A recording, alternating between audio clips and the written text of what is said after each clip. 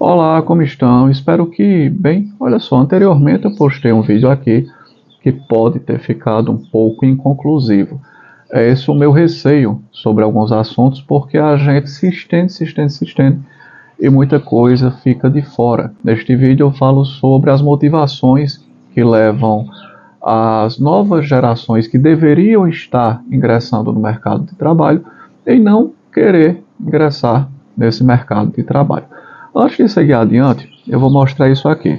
Eu já falei neste canal sobre o Dilbert, do Scott Adams. Aqui eu tenho a coleção da LPM de bolso, né, Pocket, com esse personagem, o engenheiro Dilbert, criado pelo Scott Adams. E o Dilbert está inserido onde? Ele está inserido em um regime de mercado que deveria funcionar, o regime de mercado americano.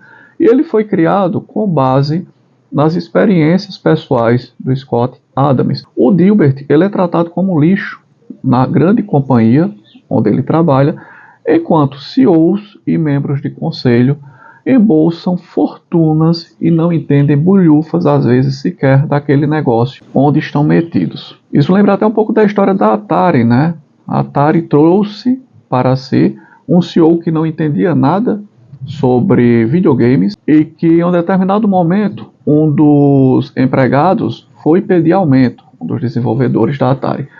Ele foi um dos cofundadores, posteriormente, da Activision. O CEO perguntou para ele qual a diferença entre você e a pessoa que coloca um parafuso no cartucho do Atari. O cara era desenvolvedor de jogos. Ele não estava menosprezando o cidadão que aperta parafusos. Mas também aquele CEO estava recebendo por mês toda a totalidade dos salários daqueles desenvolvedores. Isso mostra até uma certa psicopatia corporativa, do mundo corporativo. Eu tenho um vídeo aqui apenas sobre Dilbert, onde eu mostro o que eu creio que são todos os livros de quadrinhos publicados aqui entre nós com esse personagem. Eu acredito que eu tenho todos no acervo e no vídeo eu mostrei. Eu vou deixar aqui linkado na descrição para quem quiser se interessar um pouco sobre Dilbert. Ou seja, Dilbert é um engenheiro que se sente subvalorizado, extremamente explorado na empresa onde ele trabalha, com CEOs e manda-chuvas que são verdadeiros demônios. O que eu quis dizer no vídeo anterior foi focar basicamente nisso. As novas gerações não querem ser tão exploradas. Existem maus empregados? Sim. Existe aquela empregada doméstica que você contrata, ou uma cuidadora, e você deixa em sua casa. Então, ela maltrata suas crianças, maltrata seu pai, maltrata sua mãe. Mas também existe aquele patrão que possui uma casa de 4 milhões de reais e olha só, eu vivo no cu do mundo. Eu vivo assim, um lugar minúsculo, no fim do mundo.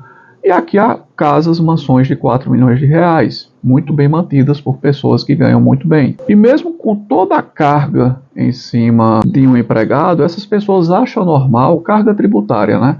Pagar um salário mínimo a uma pessoa para trabalhar em uma casa de 4 milhões de reais. Ah, mas ali existe um custo para manter aquele empregado. Sim, mas também é malévolo você poder pagar um pouco mais e se limitar ao salário mínimo nacional. Eu acredito realmente que a natureza do ser humano é mais ou menos dessa forma. Você pode excluir, talvez vamos desonerar aqui todos os tributos sobre folha de pagamento. Eu acho muito difícil que as remunerações aumentem. A gente viu isso, por exemplo, eu me recordo há alguns anos, no setor automotivo. Houve uma desoneração de vários tributos sobre a produção de veículos e os carros continuaram com preços muito altos. Colocavam lá a placa, né? IPI zero, IPI reduzido. Você ia olhar o preço do carro, estava o mesmo preço de antes dessa política pública, ou seja, apenas serviu para aumentar a margem do vendedor de carro, do produtor e do vendedor de carro e dos donos de concessionária. Então, basicamente é isso. Há muitos empregados ruins? Há empregado que te coloca em uma enrascada. Eu já vi pequenos empreendedores quebrarem por causa de maus empregados em razão de ações trabalhistas que decorreram daquelas relações de emprego. Eu estou nessa área aí há 20 anos e já vi de tudo. Agora também já vi patrão muito bom, patrão que mantém uma boa relação com seus empregados e sabe valorizar um pouco aqueles empregados. Aquele patrão que sabe o custo do empregado já possui aquilo no seu planejamento, no seu orçamento, no seu planejamento financeiro e sabe com isso pagar um salário um pouco melhor ao seu funcionário que não seja aquele salário mínimo nacional. Porque tenho certeza de uma coisa, se o salário mínimo nacional amanhã fosse de R$100, todo mundo iria querer pagar salário mínimo nacional. Então o foco do vídeo anterior é esse. É compreensível que as pessoas prefiram ficar em casa recebendo auxílios, benefícios sociais, sem trabalhar, do que enfrentarem o mercado de trabalho, se deslocando, acabando com a sua saúde, correndo riscos. A vida é correr risco, realmente, mas se essa pessoa pode não correr risco, por que é que ela correria? Citei exemplos muito claros, não me parece natural, como eu conheço pessoas assim, gente, o cidadão embolsar em sua atividade como profissional liberal muito mais de R$100.000 ao mês, dirigir carro de meio e até R$1 milhão, morar em uma casa de R$4 milhões e pagar um salário mínimo a uma recepcionista porque a carga tributária é muito alta sobre a recepcionista.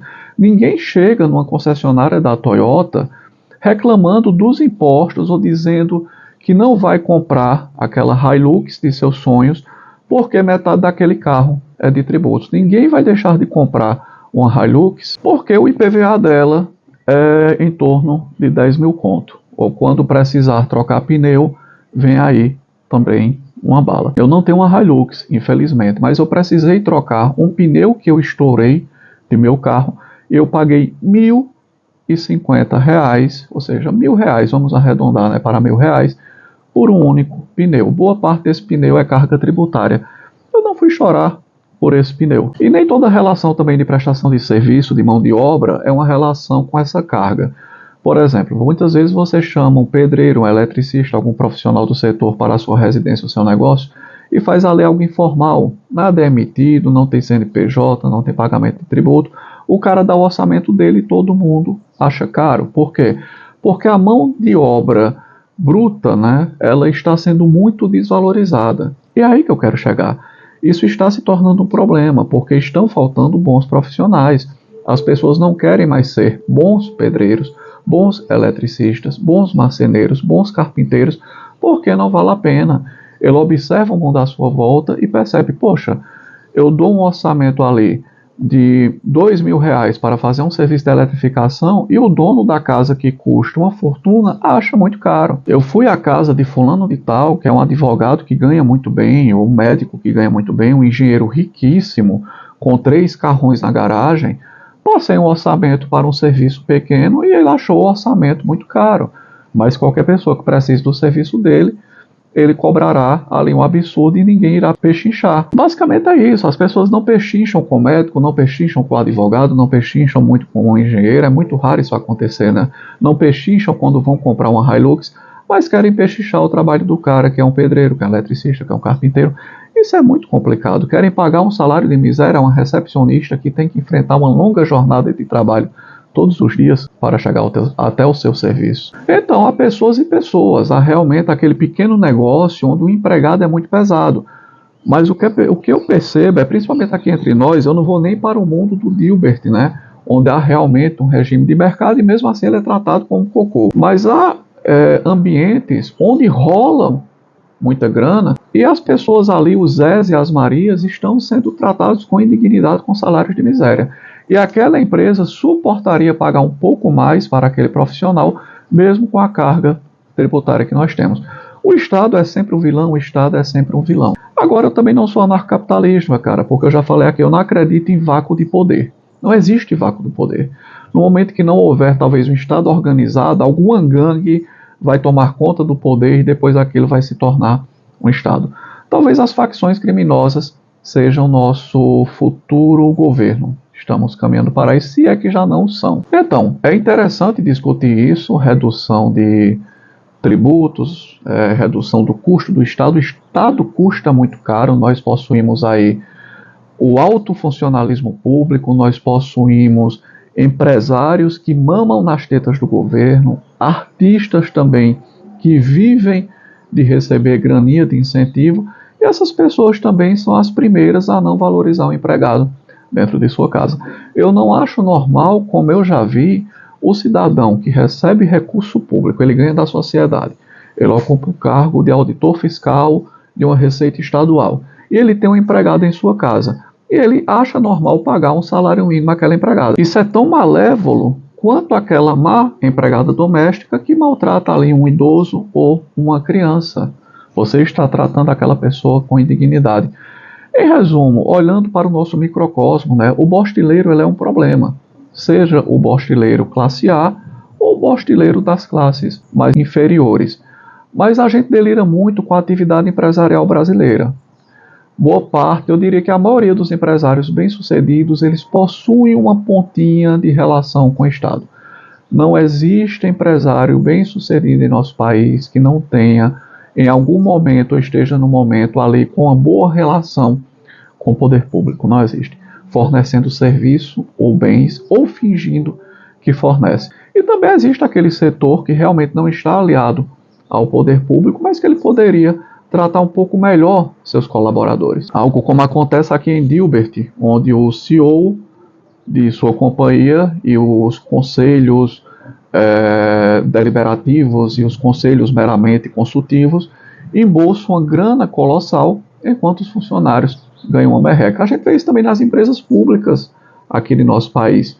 Conselheiros da Petrobras, em poucas reuniões ao ano, 6 reuniões, eles embolsam basicamente um deles 10 vezes mais do que um engenheiro que está ali trabalhando sua jornada direitinho, tantos dias embarcado em determinada plataforma. Ou seja, é muita discrepância, existe muita discrepância no mundo, e essas discrepâncias elas não são normais. E isso é o mote daquele vídeo, porque as gerações mais novas não querem se destruir psicológica e fisicamente, a não ser que seja extremamente necessário, porque elas não são tão imbecis como nossa geração do passado, elas estão mais desmotivadas e mais desvalorizadas do que as pessoas do passado. É aquilo que eu repito, não é normal alguém achar interessante trabalhar de segunda a sábado. Eu tive que interromper aqui um pouco a gravação. Em resumo, isto é o mote daquele vídeo, porque as gerações mais jovens não querem se destruir física e emocionalmente antes do extremamente necessário, como os nossos antepassados e nós mesmos fizemos. Por quê? Além de sempre termos sido tratados, né, eu não vou me colocar nessa posição, mas a maioria das pessoas, como um pedaço de cocô, hoje em dia isso é ainda pior.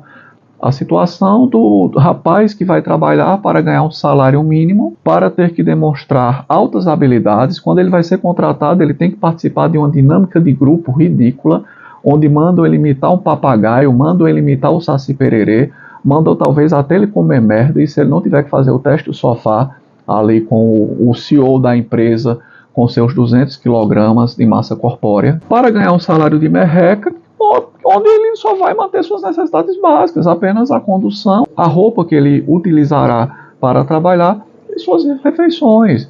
Ele verá imóveis que ele nunca poderá comprar e veículos que ele nunca poderá comprar.